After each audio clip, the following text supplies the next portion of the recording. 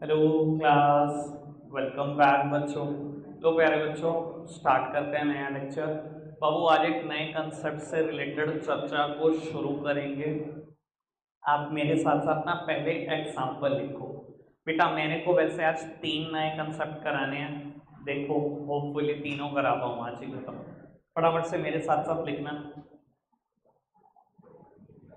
अरे कौन पंगे लेता है।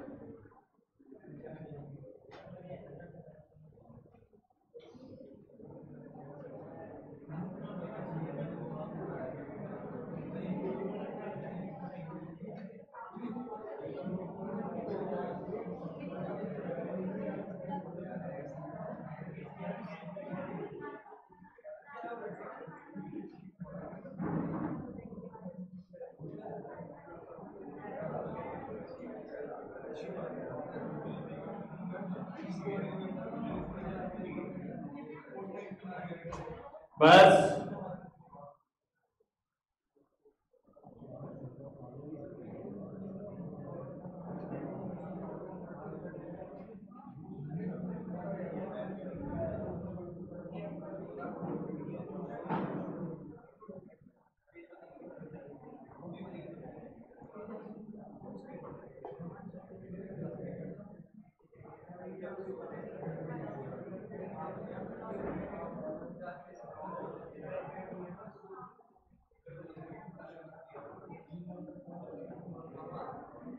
भाई ज्यादा नहीं हो रहा।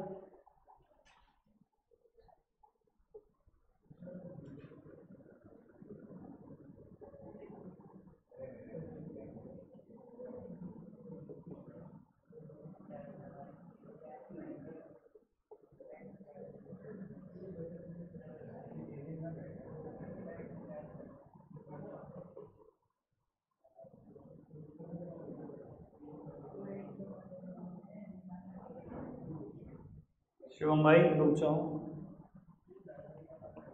चलो जी, फटाफट से इतनी ट्रांजैक्शन नोट डाउन करो।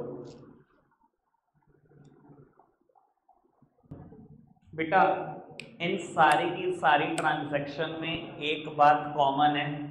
अब वो सारी ट्रांजैक्शन चेक के थ्रू है, यानी कि जर्नल एंट्री में वर्ड बैंक आएगा। प्लीज सामने देखना बेटा। वैसे बात मैं ये कल कर चुका हूं, एक बार फिर रिपीट। बाबू पैसा जब भी बिजनेस में आता है या तो कैश डेबिट होता है, और अगर बेटा चेक से आ रहा है तो बेटा बैंक डेबिट होता है। यानी कि पैसा जब भी आएगा बिजनेस में या तो कैश डेबिट या तो बैंक डेबिट, और पैसा जब भी बिजनेस से जाएगा या तो कैश क्रेडिट या तो बैंक क्रेडिट। बस दो बात पहले मान लो बेटा, मुझे नहीं लगता कभी कोई दिक्कत आने वाली है। बाबू अब इस बात को समझना, कहता है ओपनड अ करंट अकाउंट 10,000। बेटा बिजनेस करने के लिए जो बैंक में अकाउंट खोला जाता है उस अकाउंट को करंट अकाउंट बोलते हैं, और पैसा जोड़ने के लिए जो अकाउंट खोला जाता है उसको सेविंग अकाउंट बोलते हैं। ठीक है जी। यानी कि बेटा इस अकाउंट से मैं बिजनेस करूंगा, क्योंकि बेटा मैं अकाउंट्स बिजनेस के ही बनाता हूं। तो बेटा कहता है आपने करंट अकाउंट खुलवाया 10,000 रुपए से। प्लीज सामने देखना मेरी तरफ, बिल्कुल सामने। बाबू आपने करंट अकाउंट खुलवाया 10,000 रुपए का। बाबू जब करंट अकाउंट खुलवाने जा रहे हो, जेब से कैश जा रहा है, जेब से कैश जा रहा है। कैश जब भी बिजनेस से जाता है क्रेडिट होता है, यानी कि ये तो बात कंफर्म हो गई, टू कैश अकाउंट। और बेटा ये पैसा जा कहाँ रहा है, बेटा आपके ही करंट अकाउंट में पैसा जमा हो रहा है। बिजनेस कैश दे रहा है और बेटा आपके ही करंट अकाउंट में पैसा जमा हो रहा है, यानी कि बेटा मेरा बैंक बैलेंस बढ़ जाने वाला है। बाबू बैंक अकाउंट में पैसे बढ़ जाएंगे और कैश चला जाएगा। बाबू अगर बैंक में पैसे आ रहे हैं, जब भी पैसे आते हैं बैंक डेबिट, यानी कि एंट्री होगी bank account debit to cash account. मतलब यही है कि बैंक अकाउंट में पैसे पहुंच गए और बिजनेस से कैश चला गया। कोई दिक्कत कोई परेशानी तो नहीं। बाबू यहाँ पर एक बात कर क्लियर कर देनी बहुत जरूरी है। ओपन अ करंट अकाउंट या कैश डिपॉजिटेड इनटू बैंक, इन दोनों ट्रांजैक्शन में कभी कोई अंतर होता ही नहीं। आपने कैश बैंक में जमा कराया या आपने करंट अकाउंट खुलवाया, क्योंकि करंट अकाउंट खुलवाने में भी क्या होता है, करंट अकाउंट जीरो बैलेंस नहीं खुलता, ये कोई सेविंग अकाउंट नहीं है। ठीक है ना। करंट अकाउंट है, बिजनेस का अकाउंट है, वो जीरो बैलेंस नहीं खुलता। करंट अकाउंट भी कैसे खुलता है? पैसों से ही खुलता है, यानी कि उसमें भी कैश बैंक में तो जाएगा। चाहे मैं कह लू कैश डिपॉजिटेड इनटू बैंक, चाहे मैं कह दूं open a current account, current account भी बेटा कैश बैंक में जमा करके ही होगा, यानी कि इन दोनों केस में ट्रांजैक्शन हमेशा सेम रहेगी। ठीक है ना जी। ट्रांजैक्शन होगी क्या? बिजनेस से कैश चला जाएगा तो टू कैश अकाउंट, और बेटा बैंक में पैसे पहुंच जाएंगे तो बेटा बैंक अकाउंट डेबिट 10,000 रुपए। कोई दिक्कत कोई परेशानी तो नहीं? बात समझ में आ गई पक्का से? बाबू second transaction purchase goods through cheque 5,000 रुपए। सारांश क्या एंट्री करी होगी बाबू? Purchase account debit to bank. क्यों बाबू? दुनिया के सारे खर्चे डेबिट होते हैं। परचेज एक नॉर्मल बिजनेस खर्चा है, परचेज को आपने किया डेबिट, और बेटा परचेज करने के लिए पैसा आ रहा है या जा रहा है? बेटा पैसा जा रहा है। गुड्स बिजनेस में आ रहे हैं, पैसा जेब से जा रहा है। पैसा जा रहा है बेटा, लेकिन नगद नहीं जा रहा है, इस बार चेक जा रहा है। और बेटा पैसा जब भी बिजनेस से जाता है या तो कैश क्रेडिट या तो बैंक क्रेडिट। नगद जाता तो कैश को क्रेडिट करता, या चेक जा रहा तो बैंक को क्रेडिट। एंट्री हुई होगी परचेज टू बैंक। कोई दिक्कत कोई परेशानी? आगे बढ़े केशव। नेक्स्ट वन चावड़ा साहब। Sold goods through cheque 8,000 entry. बाबू bank account debit to sales. बाबू सारी इनकम दुनिया की क्रेडिट होती है, सेल्स एक नॉर्मल बिजनेस इनकम है, तो बाबू क्रेडिट कर दी होगी टू सेल्स अकाउंट। बाबू जब गुड्स जा रहा है बिजनेस से तो पैसा तो आ रहा है, पैसा आ रहा है, या तो कैश डेबिट होगा या तो बैंक डेबिट होगा, क्योंकि चेक से आ रहा है पैसा, इसलिए बैंक अकाउंट डेबिट। एंट्री हुई है bank account debit to sales account. ठीक है जी। आगे बढ़ाते हैं बात को। Withdraw from bank for personal use. बेटा पर्सनल यूज मतलब ड्रॉइंग्स, बैंक से पैसा निकाला है पर्सनल इस्तेमाल के लिए। गौरी क्या एंट्री होगी बेटा? बाबू drawings account debit to bank. बेटा एक बात मैं हमेशा बोलता था, drawings reduces capital. Drawings capital को कम करती है। अगर कैपिटल क्रेडिट होती है तो ड्रॉइंग्स तो हमेशा डेबिट होगी। ड्रॉइंग्स डेबिट होगी बाबू, पैसा बिजनेस से जा रहा है बेटा, बिजनेस का ऑनर आज बेटा बिजनेस से पैसा लेकर जा रहा है। बेटा पैसा जा रहा है या तो कैश क्रेडिट होगा या तो बैंक क्रेडिट होगा, क्योंकि वो बेटा बैंक से पैसे निकाल कर जा रहा है, तो बैंक ही क्रेडिट होगा। एंट्री होगी drawings account debit to bank account 6,000। कोई दिक्कत तो नहीं बाबू? Withdraw from bank for office use. Yuvraj 3,000 रुपए। क्या एंट्री करूं बाबू? फिर इसकी क्या करूं? ऑफिस यूज टू बैंक, कुछ भी कैश टू बैंक। भाई ऑफिस यूज का क्या मतलब है? कहता है बैंक से पैसे निकाले ऑफिस के इस्तेमाल के लिए, ऑफिस में लाके पैसे रख दिए। भाई अगर ऑफिस में लाके पैसे रख दिए, गले में लाके पैसे रख दिए, बैंक से निकालने और गले में लाके रख दिए, बिजनेस का कैश तो बढ़ गया और बिजनेस का बैंक बैलेंस कम हो गया। कैश बढ़ रहा है, बिजनेस में कैश आ रहा है, कैश आ रहा है तो कैश अकाउंट डेबिट, और बैंक का बैलेंस जा रहा है तो बेटा बैंक बैलेंस क्रेडिट। एंट्री होगी cash account debit to bank account 3,000 रुपए। ठीक है बाबू। Last one, salary paid through cheque 2,000 रुपए। सैलरी चेक से दी है, क्या एंट्री करें Gauri? Salary account debit to bank account. दुनिया के सारे खर्चे डेबिट होते हैं, सैलरी एक खर्चा है, डेबिट किया तो क्रेडिट किसको करूं? बेटा पैसा जा रहा है सैलरी देने से, पैसा जाता है कैश क्रेडिट या बैंक क्रेडिट, चेक से जा रहा है तो बैंक क्रेडिट। एंट्री होगी सैलरी टू बैंक। बाबू मुझे याद ही नहीं है वो रूल जो हमने पढ़े थे, भूल गया मैं, जरूरत भी नहीं है। रूल याद करोगे, रूल याद करते ही रह जाओगे। ठीक है ना। मैंने 8-9 शॉर्टकट बनाए हैं, उस पर चल लो, सब कुछ क्लियर होगा। ठीक है जी। बस नए बच्चों को थोड़ा सा ग्रैब करने में टाइम लगेगा मुझे लगता है, पर बाबू जितना टाइम है उसके हिसाब से चलना है, टाइम बाउंड रहना है हमें तो। ठीक है ना। सैटरडे के बाद मैं जर्नल एंट्री डिस्कस नहीं करूंगा, ये मैं पहले ही बोल चुका हूँ। बस यही 4 दिन और होगी डिस्कस। ठीक है जी। आगे बढ़ सकते हैं बेटा, इतनी बात क्लियर। अब बेटा मैं बैंक से रिलेटेड, चेक से रिलेटेड सबसे मुश्किल कंसेप्ट का डिस्कशन करने जा रहा हूँ। आप मेरे साथ साथ एक नया एग्जाम्पल लिख दो, इन एंट्रीज के लिए स्पेस छोड़ दो, ये अभी हो जाएंगी, आखिरी में आप 5 मिनट में कर लेंगे। ठीक है जी। आप स्पेस छोड़कर नया एग्जाम्पल लिखो।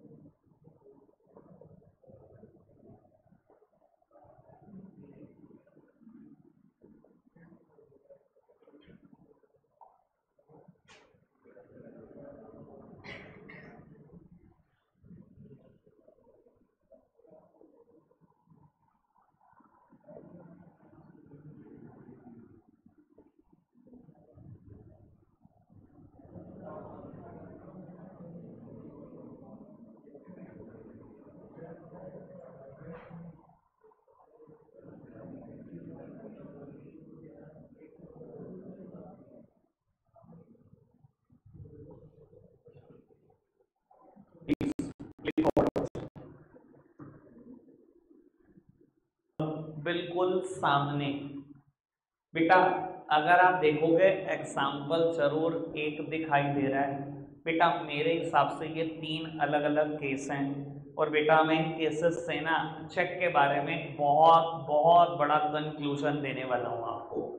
प्लीज सामने देखते रहना, तीनों केसेस को अच्छे से ग्रैब कर लो। चेक से रिलेटेड किसी ट्रांजैक्शन में प्रॉब्लम नहीं आएगी, जो मैक्स प्रॉब्लम आ सकती है वो ये लिखी हुई है सामने। बाबू कहता है सोल्ड गुड्स टू राम। अगर सिर्फ इतना ही बोले तो यार ये तो उधार है, नाम लिखा हुआ है, कोई हिंट नहीं है। और उसने साथ साथ ये भी बोल दिया चेक रिसीव्ड। आपने राम को अभी गुड्स बेचा और अभी चेक रिसीव हो गया आपको, ठीक है जी। बाबू आप एंट्री क्या करोगे ये केशव बताएगा। केशव एंट्री क्या करें बाबू इसकी? या तो कैसी बात करता है यार, यही नहीं प्रेजेंट रहता क्या? चुप हो जा भाई, चेक इन एंड पता पुता कुछ है नहीं, पहले पता कर ले कुछ। हाँ केशव एंट्री क्या करें? यही केस है, बस अगला पढ़ने की जरूरत नहीं है। अगला केस इंडिपेंडेंट है, अगली ट्रांजैक्शन का इससे कोई लेना देना नहीं। बाबू एंट्री होगी बैंक टू सेल्स, सारे मानते हैं इस बात को। बेटा मेरी तरफ देखना प्लीज। अब मैं आपको एक बात समझाने की कोशिश करता हूँ, ये बात नए बच्चे थोड़ा सा आराम से सुने। बाबू मैंने सामान बेचा राम को, चेक रिसीव हुआ, किसी ने मुझे ये कहा कि ये चेक आपने बैंक भेजा या नहीं? नहीं कहा। हमेशा ध्यान रख लेना बेटा, जब कह दिया जाता है ना चेक रिसीव, कहीं ना कहीं, और अगर इसके बाद कभी चेक से रिलेटेड कोई बात ना हुई हो क्वेश्चन में, तो हम एज्यूम कर लेते हैं बेटा ये ना एक इस वर्ड के साथ ही अजम्पशन जुड़ी हुई है कि अगर चेक से रिलेटेड दोबारा उस क्वेश्चन में कोई बात नहीं हुई तो जिस दिन चेक रिसीव हुआ उसी दिन बैंक भिजवा दिया। कहा कि नहीं कहा, मतलब इस बात का यही है। बाबू मैंने असम्पशन ही तो ली, तभी तो ये एंट्री करी। आप खुद सोचो, आज सिर्फ अगर मान लो चेक रिसीव हुआ होता तो मैं कैसे बैंक का बैलेंस बढ़ा देता, मैं कैसे एंट्री कर देता बैंक टू सेल्स। इसका मतलब यही है ना कि चेक आज रिसीव भी हो गया और बेटा मैंने बैंक भी भिजवा दिया। तो ध्यान रख लेना, किसी भी क्वेश्चन में अगर ये कह देना किसी को गुड्स बेचा और चेक रिसीव हुआ और उसके बाद चेक की कोई कहानी ना हो, तो मान लेना जिस दिन चेक रिसीव हुआ था उसी दिन बैंक पहुंच गया, और अगर बैंक पहुंच गया तो बैंक का बैलेंस बढ़ा दिया मैंने एंट्री की होगी bank account debit to sales account. Ram के नाम का कोई इस्तेमाल नहीं, कोई दिक्कत कोई परेशानी तो नहीं, पक्का से। मैं इसकी ट्रांजैक्शन साथ साथ लिख भी देता हूं ताकि कोई दिक्कत ना आए आपको। Bank account debit to sales account 10,000।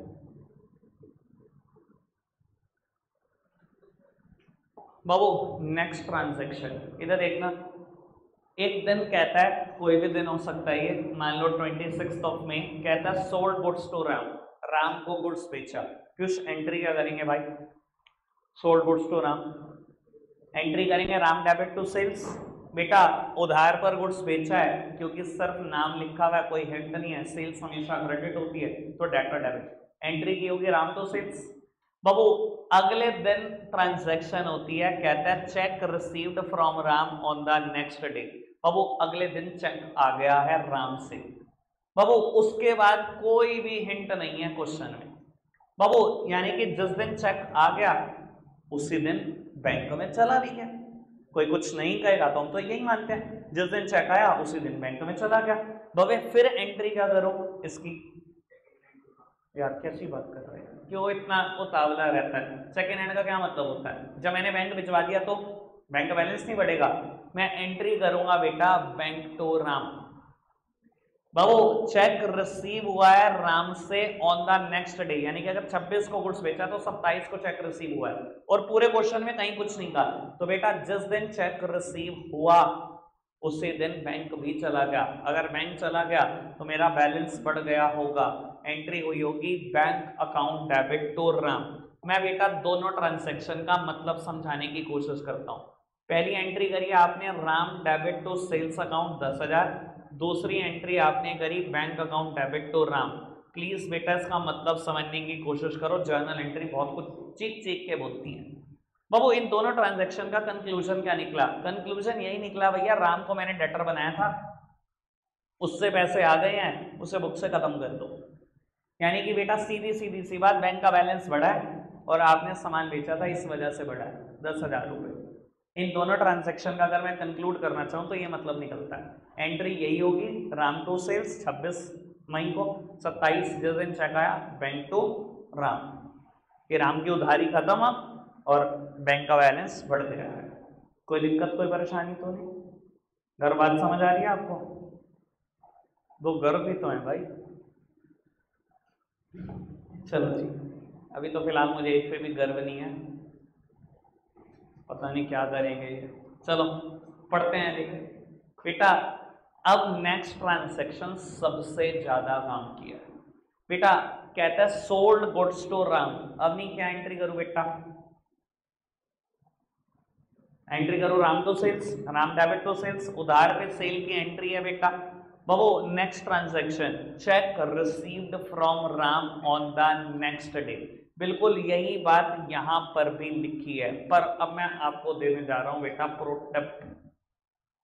बाबू ध्यान रखना, कभी भी किसी क्वेश्चन में कह देना चेक रिसीव हुआ, आराम से बड़े ठंडे दिमाग से अगली 3 ट्रांजैक्शन 4 ट्रांजैक्शन जरूर पढ़ो। बाबू अगर अगली 3 या 4 ट्रांजैक्शन में ये कह देता है cheque received from Ram deposited into bank, तो समझ जाना यानी कि इस दिन सिर्फ चेक रिसीव हुआ होगा। जब भी ये वर्ड है ना चेक रिसीव, अगली 4 ट्रांजैक्शन जरूर पढ़ो। अगर अगली 4 ट्रांजैक्शन में कहीं पर भी लिखा है cheque received from Ram deposited into bank, तो समझ जाना कि इस दिन सिर्फ चेक रिसीव हुआ, जमा तो उस दिन हुआ बेटा जिस दिन भी वो अगली डेट लिखी होगी। और अगर बेटा अगली 4 ट्रांजैक्शन पर कहीं भी ये बात नहीं लिखी हुई कि check receive from Ram deposited into bank, तो समझ जाना जिस दिन चेक रिसीव हुआ उसी दिन बैंक चला गया। जैसा कि मैंने यहां पर माना, यहां चेक रिसीव हुआ, अगली कोई बात लिखी नहीं हुई थी क्वेश्चन में, तो जिस दिन चेक रिसीव हुआ मतलब बैंक भी उसी दिन चला गया, बैंक में भी डिपॉजिट उसी दिन कर दिया। लेकिन यहां क्या हुआ, यहां मैंने बेटा अगली 4 ट्रांजैक्शन जब पढ़ने की सोची तो अगले ही लाइन में लिखा हुआ था cheque received from Ram deposited into bank after a week. जो राम से चेक आया वो 1 हफ्ते बाद बैंक गया, यानी कि यहां से चेक रिसीव हुआ ना, बैंक तो नहीं गया, बैंक तो 1 हफ्ते के बाद गया, क्वेश्चन में क्लियरली मेंशन है। बाबू तीनों बातों में फर्क है कि नहीं है मुझे नहीं पता, आप सोच पा रहे कि नहीं, लेकिन बहुत जमीन आसमान का अंतर है तीनों की तीनों बातों में, ठीक है ना। यहां तो उधार हुआ ही, एंट्री हुई बैंक टू सेल्स, यहां उधार हुआ लेकिन अगले दिन उधार उतर गया, यहां उधार हुआ अगले दिन उतरा नहीं, उसने चेक तो दे दिया पर बेटा मैंने चेक क्लियर नहीं कराया। ऐसा हो जाता है ना कई बार कि आदमी चेक दे गया, मेरे दिमाग में बहुत जल्दी है कि आज ही बैंक भेजूंगा, पर बाबू गलने में नहीं रख कर भूल गया या वॉलेट में डाल कर भूल गया, और 1 हफ्ते बाद ओहो ये चेक यहीं पड़ा है, चलो आज भेजता हूं। समझ में आ रही है बात? पक्का से। अब एंट्री सोच लेते हैं बेटा, यहां पर क्या होगी, ये हाईएस्ट लेवल है बेटा, बैंक में इससे बड़ी कोई बात नहीं है। बाबू जब मैंने राम को गुड्स बेचा, मैंने एंट्री क्या की, मैंने एंट्री करी बेटा Ram debit to sales account 10,000 रुपए। कोई दिक्कत कोई परेशानी तो नहीं? बाबू अब कहता है चेक रिसीव्ड फ्रॉम राम, सिर्फ आज चेक रिसीव हुआ। देखो अगर आपके दिमाग में कोई भी ऐसा भ्रम चल रहा है कि मैं एंट्री कर देता हूं बैंक डेबिट टू राम, बाबू बैंक डेबिट करने का मतलब समझते हो, जर्नल एंट्री की रीडिंग भी तो आनी चाहिए। बैंक डेबिट करने का मतलब बैंक का बैलेंस बढ़ गया, जबकि बैंक में चेक 1 हफ्ते बाद पहुंचा, आज ही बढ़ गया बैलेंस। इतने धर्मात्मा हो तुम, इतने परमात्मा, 1 हफ्ते की चीज पहले ही दिखाई दे रही है तुम्हें, बैंक बैलेंस बढ़ा दिया तुमने। समझ में आ रही बात? बैंक डेबिट नहीं हो सकता, थोड़ा सा लॉजिक समझो। अगर मैं आज एंट्री कर देता हूं बैंक डेबिट टू राम, तो मतलब समझ में आ रहा है, बैंक डेबिट हो सकता है क्या? बैंक डेबिट का मतलब करने का मतलब होता है बैंक बैलेंस बढ़ गया, चेक मेरे गले में पड़ा है, बैंक बैलेंस कैसे बढ़ गया भैया? आज सिर्फ चेक रिसीव हुआ, बैंक तो गया ही नहीं। तो बाबू चेक रिसीव करने की एंट्री क्या होती है? अगर सिर्फ चेक रिसीव करना हो तो बेटा उसकी एंट्री होती है cheque in hand account debit, cheque in hand account debit. अभी मैं रीडिंग भी सिखाऊंगा आपको, टेंशन मत लो, टू राम। बाबू cheque in hand account debit मतलब काइंड ऑफ बताऊं, अगर मेरे को डिटेल में ही बोलनी हो बात तो बेटा मैं बता देता हूं। चेक इन हैंड को मैंने डेबिट करा, दुनिया के सारी एसेट्स डेबिट होती हैं, इसका मतलब मैंने कुछ और नहीं बेटा, इस चेक को अपनी एसेट बना लिया कि ये मुझे फ्यूचर में बेनिफिट देगी, और एक्चुअली में देगी बेटा। जब ये चेक बैंक में जाएगा तो बेनिफिट मिलेगा मुझे इसका, ठीक है ना जी। जब एक हफ्ते बाद ये चेक बैंक में पहुंचा, जब बाबू अब बैंक में पहुंच गया, अब तो बैंक बैलेंस बढ़ा सकते हैं। मिस्टी एंट्री क्या करनी चाहिए अब राम को? अच्छा एक बात बता बेटा, हाँ बाबू ये कह रही थी पहले मेंटो राम, बेटा राम को पहले डेटर बनाया, अगली एंट्री में खत्म कर लिया। अब तीसरी बार राम का तो कोई मतलब ही नहीं बचा ना। तो बाबू एंट्री क्या होगी? बैंक डेबिट तो चेक इन हैंड अकाउंट। चलो मतलब यही है, बैंक बैलेंस बढ़ा दो, जो चेक इन हैंड आपकी अब एसेट था, अब बेटा उसने बेनिफिट दे दिया, उसे भी बुक से खत्म कर दो। अगर आप इन सारी ट्रांजैक्शन का करक्स देखो, करक्स एक ही निकलेगा कि सेल हुई और पैसे आए, सेल हुई और पैसे आए। कंक्लूजन तो सारी ट्रांजैक्शन का ये निकलेगा। देखो दिखाता हूं, राम को डेटर बनाया, राम को बुक से खत्म कर दिया। चेक इन हैंड को एसेट बनाया, चेक इन हैंड को बुक से खत्म कर दिया, यानी कि पैसे आए, सेल हुई थी, यहां पे भी पैसे आए, सेल हुई थी, इन दोनों ट्रांजैक्शन में भी पैसे आए थे और सेल हुई थी। कंक्लूजन सबका सेम निकलेगा विदाउट अ डाउट, पर बाबू जर्नल एंट्री तीनों केस में अलग अलग है। समझ में आई बात? तीनों केसेस आपकी कॉपी में पहले ये वाली 6 ट्रांजैक्शन दिखे, और फिर मैं एक नई बात करता हूं, फिर वो वाली 6 करेंगे फटाफट से। जल्दी से पहले ये 6 ट्रांजैक्शन कर दो। मिनट है बेटा 2, 6:06 पे मैं नया कंसेप्ट शुरू करूंगा, जल्दी से।